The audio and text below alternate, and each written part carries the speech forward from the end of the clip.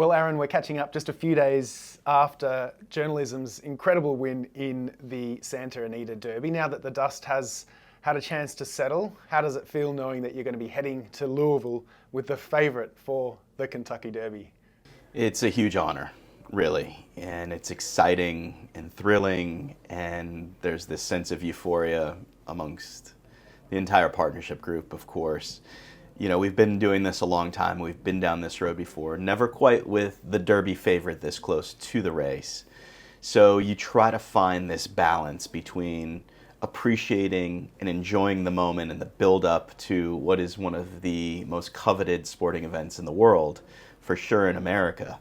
But also trying to keep your feet on the ground and maintain your composure, because we all know that anything can happen at any given moment with these horses. So our focus is really on the horse and making certain that we do everything in our power to get him there, while also trying to allow our partners at Eclipse and our strategic alignment partners with Bridlewood Farm, Don Alberto, Bob LaPenta, and of course Coolmore, to really enjoy this experience in and of itself. So it's exhilarating and fun, but at the same time, I'd be lying to you if I didn't say that there was a bit of stress associated with it as well. But good pressure at the same time. We'd not trade our position for anything in the world. Yeah, understandably. So not everything went journalism's way in the Santa Anita Derby, but boy, did he show us his engine, and what a great ride from Umberto. Can you take us through what you were feeling as you were watching the race? Yeah, I don't know if it's just maturity or experience or whatnot. I used to be a really expressive and emphatic rooter, you know, and not to say that I'm not totally immersed in every step of every one of Eclipse's runners. I am. I tend to talk myself through the race out loud most of the time. And of course, when he hit the trouble that he did going into the 3/8 pole, look, it was no secret that he had a target on his back that day. And even though it was a small field, we knew that the other riders were going to really have their eye on journalism. And then they were going to do everything in their power to make his life as difficult as possible, which is their job. So there was plenty of race riding going on. So it was somewhat predictable that he was going to be in the predicament he was in, especially having drawn the rail. But turning for home, when he got into that trouble, I was relatively calm because the horse just inspires so much confidence in us. We know that he's not just a superior talent, but such a competitor, and his mind is so good that he is just unfazed by those situations. He just tends to shrug it off, do what the rider asks him to do, and goes about his business, and he's just got the heart of a real competitor. And when he's got a target in front of him, he's going to mow that horse down. So I distinctly remember feeling concerned when he got into that bit of trouble. And then I know audibly, and you know, my family that was surrounding me during the race could verify this, you know, I just said, you just got to be a mile best at this point, you know. And Umby was able to get his mind back on business, extracted him from the danger, put him out in the clear, and from there it was just a real dogfight to get past Baeza, who put up a really, really strong challenge to journalism. But his determination, his stamina, his endurance, and his class just allowed him to prevail. And you know, during the entire stretch, I was just feeling proud of the horse for overcoming what he had to that point, and really wanting it for him to get to the wire first, because he so deserved it. And that's not to take anything away from Baeza, because he ran a winning race. But we just have so much conviction in the type of quality that journalism has. And knowing that there was so much hype going into the race, it was really important for him to win this race. Not just for the Kentucky Derby trajectory, but also it's a great one. It's the Santa Anita Derby. You know, there's very few races in the country that are as important and prestigious for a 3-year-old to win. So being a kid that grew up in Southern California, probably seen dozens of Santa Anita Derbies in my life and in my career, to have a horse coming down the lane with a really good shot to win it was very special for me and my family. And very special, clearly, for all the partners too. There were a lot of them in the winner's circle. What's it like celebrating a victory of that magnitude with all of those partners? Look, The more the merrier is always our concept, because there's no secret that our industry is in need of, injection of new blood at all levels, whether it be fans, gamblers, breeders, owners, professionals within the industry. And our job at Eclipse is to be a good steward of the game, be ambassadors of the sport, and to try our best to bring new people into the sport. And there's no better way to do that than with a really successful horse. The horse will do the talking out on the racetrack, and there's no better advertisement for our brand at Eclipse than for our silks to be winning big races on Saturdays and Sundays all across the country.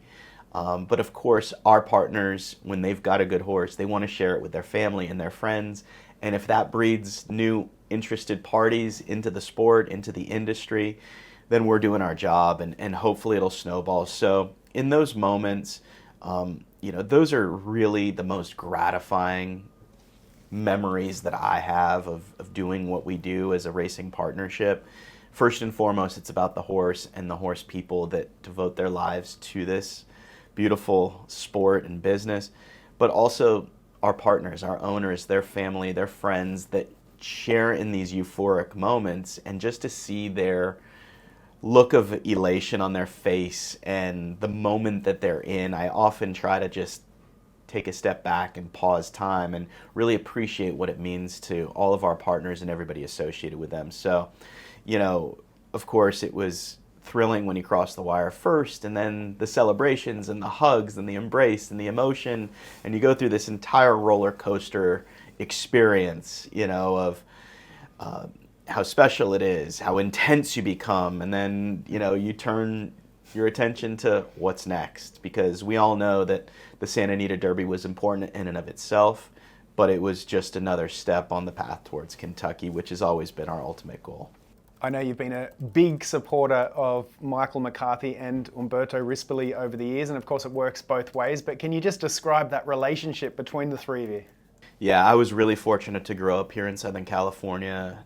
My family were small-time Cal-bred breeders, and lucky to have close family friends in Bill Shoemaker and Eddie Delahousse and their families as really tight-knit familial friends throughout my youth. And Shu and Eddie D took me under their wing. I don't know why, but they did. And I grew up going to the Jock's room at Santa Anita, Hollywood Park, and Del Mar with Shu and Eddie. And Eddie in particular taught me from a really young age that you surround yourself with good people and good things are going to happen. And I consider Michael McCarthy and Umberto Rispoli to fall into that category. Michael and I go back several decades from our youth to being little runts, running around Santa Anita, trying to sneak bets in at the window or hustling people to make bets for us, and clocking horses and handicapping and going to the paddock and scouting out all the horses. So our friendship goes way back. And then, of course, when Eclipse started and we had horses with Todd Pletcher on the East Coast and Michael was his main assistant in New York and Kentucky, we started to develop more of a professional relationship. And it was very clear that when Michael did decide it was time to come home to his family and hang up his own shingle here in Southern California as a trainer independently, that Eclipse was going to support him. So we're really proud to say that we were the first owner to put horses behind Michael McCarthy webbings at Santa Anita. I remember it vividly. He had one or two stalls. We were just trying to sneak in somewhere to get some hides behind his webbings, and it took us some time to get going. It's a really hard thing to do, to build a business in this industry and to gain momentum, but we won our first grade one together with Illuminant in the Gamely at Santa Anita. It happened to be Flavian Pratt's first grade one as well. Yeah. And just to see Michael's career evolve sort of on a parallel path to that of Eclipse's has been really special. Our families are extremely close. We spend holidays together. It's harder when we're based in Del Mar and he's up at Santa Anita to get too much time together, but we try as much as possible. And of course, during the Del Mar meets, we spend a lot of time together as a family. Like I said, holidays, Thanksgiving, Christmases, that sort of thing. So it's really special. We've all got young kids, and to see them with the camaraderie that they have and knowing how much it means to them as well. And Umberto's just a character. He's come here from a very decorated international career and made his presence felt in the Southern California jockey colony.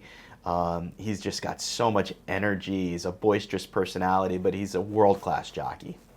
And his involvement in journalism's development in the morning time and in the afternoon has been integral to his process of being where he is today. And Umberto, he's an emotional guy, and he wears his heart on his sleeve. Michael's a little bit more subdued, and I'm probably somewhere in the middle. So between the three of us, it's quite the trio of various personalities. But at the end of the day, we've got three really important things in common, and that's we're horsemen, we're family men, and we're really intense about winning. And this has been a magical ride so far, and hopefully there's no end in sight. Indeed. The start before the Santa Anita Derby, journalism, of course, won the San Felipe, which was on Santa Anita Handicap Day, which also happened to be a massive day for Eclipse. Multiple winners on the day, including the winner of the Big Cap, Locked. You just mentioned you're a Southern California boy. I know you grew up going to the races with your mum and dad at Santa Anita. What did it mean to you to win the Big Cap? Yeah, I mean, it gives me chills just hearing you say that, to be honest. And it was just a dream day. We ran 3 on the Big Cap card. Journalism was first in line. And we had just such high hopes and expectations for him, even though he was coming off a bit longer layoff than we had originally designed for his, what we had hoped would be a campaign towards the Kentucky Derby. And for him to beat Barnes on the day in the San Felipe, Barnes, of course, a $3.2 million purchase for Bob Baffert. We were giving weight to him. He was all the rage. And for journalism to handle him on the day the way he did was really gratifying. Right after that, we had 3 back-to-back graded races. So the thrill of journalism winning and really stamping himself as a bona fide Kentucky Derby prospect at that stage was phenomenal. And then we turned our attention to the Kilroe Mile with Air Force Red, a horse who's been a mainstay in Southern California for several seasons and won a few graded stakes for us.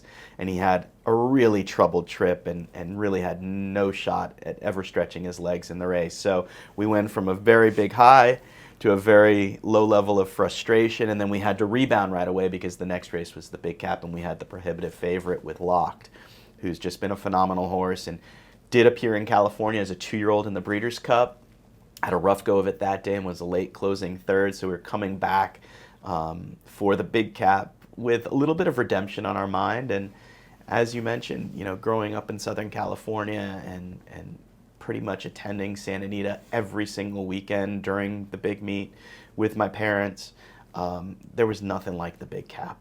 Just the electricity in the air for that race was something special. And you think about the history and the remarkable horses that have etched their name into the record books over the years that have won the Big Cap. And to have a horse like Locked represent us, who was an extremely accomplished horse in his own right and going to be a heavy favorite on the day, there was a lot of pressure building up to it because he was expected to win. And did he ever? He really put on an incredible show in the lane, ended up winning the Big Cap by the largest margin in the history of the race, which I didn't know until afterwards, but that was a huge sort of exclamation point on what was already an incredible achievement for the horse and our partnership. And seeing as though California racing has really been in such a state of concern for the stakeholders for several years now, and really now coming to a head, it's important for us at Eclipse to do everything in our power to try to support the product here in California, and to do so on the big stage in those quality marquee races like the San Felipe and the Big Cap on the same day, and then win the Santa Anita Derby at the same meet, and we won 2 other graded stakes, the San Simeon and the San Marcos. 5 graded stakes at the big meet at Santa Anita. Hopefully we're sending a message not just to California, but to the industry at large that, hey, we're going to do our part and hopefully inspire others to do theirs, because we really need the help and assistance here in California. We need the inventory of the horses. We need quality horses. We need to continue to prop our big races up so that they can maintain their grade 1 stature and their prestige and their importance on the racing calendar. So it was just a dream day. It's been a dream meet for us at Eclipse, and being a Southern California boy, growing up on the backside of these racetracks, Santa Anita, Del Mar, and unfortunately the demise of Hollywood Park. It's just so meaningful for myself, for my family, for everybody associated with our horses, and certainly for our partners who, thanks to them, they put their faith in the Eclipse program and allow for us to bring these horses to California and support the California products. So we're really proud of it, and hopefully it's a message that we send to our partners and to a lot of other owners out there, and something that we could build upon to be able to create a sustainable future for California racing. Absolutely. And I was going to ask you too about Locked going into the Santa Anita Handicap. You had the option of racing him 10,000 miles away in Saudi that same weekend in a race that was worth $12 million. Is basically a lot of what you were just touching on then, and being ambassadors for the sport in California. Did that have something to do with putting Locked into the Santa Anita Handicap on the day? I'd be lying to you if I said it didn't. We own Locked in partnership with Gary Brode, Walmack Farm, who's also a Southern California native. Means a lot to him and his family to participate at Santa Anita and win a race like the Big Cap. Obviously, the purse of the Big Cap is $500,000 compared to $20 million, 1/40th of the purse. But in our opinion, it was 40 times the prestige. And that's not any disrespect to the Saudi Cup. It's got its own place on the calendar, and it's a wonderful event and has increased its level of importance and prestige, and obviously the purse is incredibly enticing. But for us, the importance and prestige related to the Big Cap really outweighed the journey for the money run of the $20 million to Saudi. And also, we're not just trying to support California racing, which we've established, but also Locked is at some point, hopefully touch wood, not too soon, but in the near future will become a stallion at Gainesway Farm. And to win a race like the Big Cap and have it on his resume to go along with the other races that are on his docket is a real feather in his cap. It's a stallion making race. It's a stallion enhancing race. And it's important for a horse as good as Locked to continue to win races like the Big Cap, not just for himself and his own resume, and of course selfishly for his value for us, but also for California racing, so that, like I said, we could sustain that level of grade 1 status for a race like the Big Cap. And I would venture to say that the Breeders' Futurity winner at age 2, the Cigar Mile winner at age 3, and now the Big Cap winner at age 4 should, at least for the near future, secure the Big Cap status as a grade 1. Absolutely, and perhaps you could add a Breeders' Cup Classic at Del Mar to Locke's resume a little later in the year with any luck. Can you remind me of the Eclipse Thoroughbred Partners motto? Believe big. Believe big. Yeah. We, when I started Eclipse, there was this whole sort of swell of momentum for these catchphrases, which were either think big or dream big. And I started thinking to myself, look, we didn't have any horses, we didn't have any partners, we were just trying to make a name for ourselves and get our head above water with a business and a stable. And the people that I really relied on for guidance and advice, they would ask me like 2 questions, but both meant pretty much the same thing. And they were like, do you believe in yourself? I was like, I do. I know I could do this. And, are you going to bet on yourself? Sort of a horse racing terminology. And yeah, I'm willing to bet on myself, So believe and bet. And then, the think big and the dream big thing. And I thought to myself, I don't want to just think. big, and I definitely don't want to just dream big. In order to manifest those goals, those really ambitious goals that we set out to make history for when we started Eclipse, you've got to believe in it. And ever since that moment, which was probably a couple months into our company and our stable's inception, every email that I send out to our partners or our database, it ends "Believe big!" exclamation point. And our partners, thankfully, I'm so indebted to them for their support and loyalty over the years, and an ever-increasing partner and base, but they've really bought into the culture of Believe Big. They're not just dreaming, they're not just thinking, they're believing. And thankfully, the horses and the horsemen and women that have devoted themselves to our horses have delivered on the racetrack. And I always say, this is not a game made for men who wear short pants. And it's the ultimate "what have you done for me lately" game. So you're only as good as your last runner. And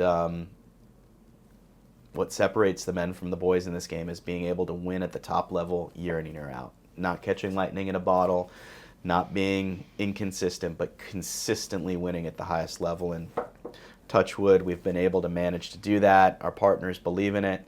And, we wake up every morning on this relentless pursuit to keep them believing big and keep delivering them grade 1 caliber wins, because we have first-class partners. Absolutely, and a lot of first-class horses at the moment as well.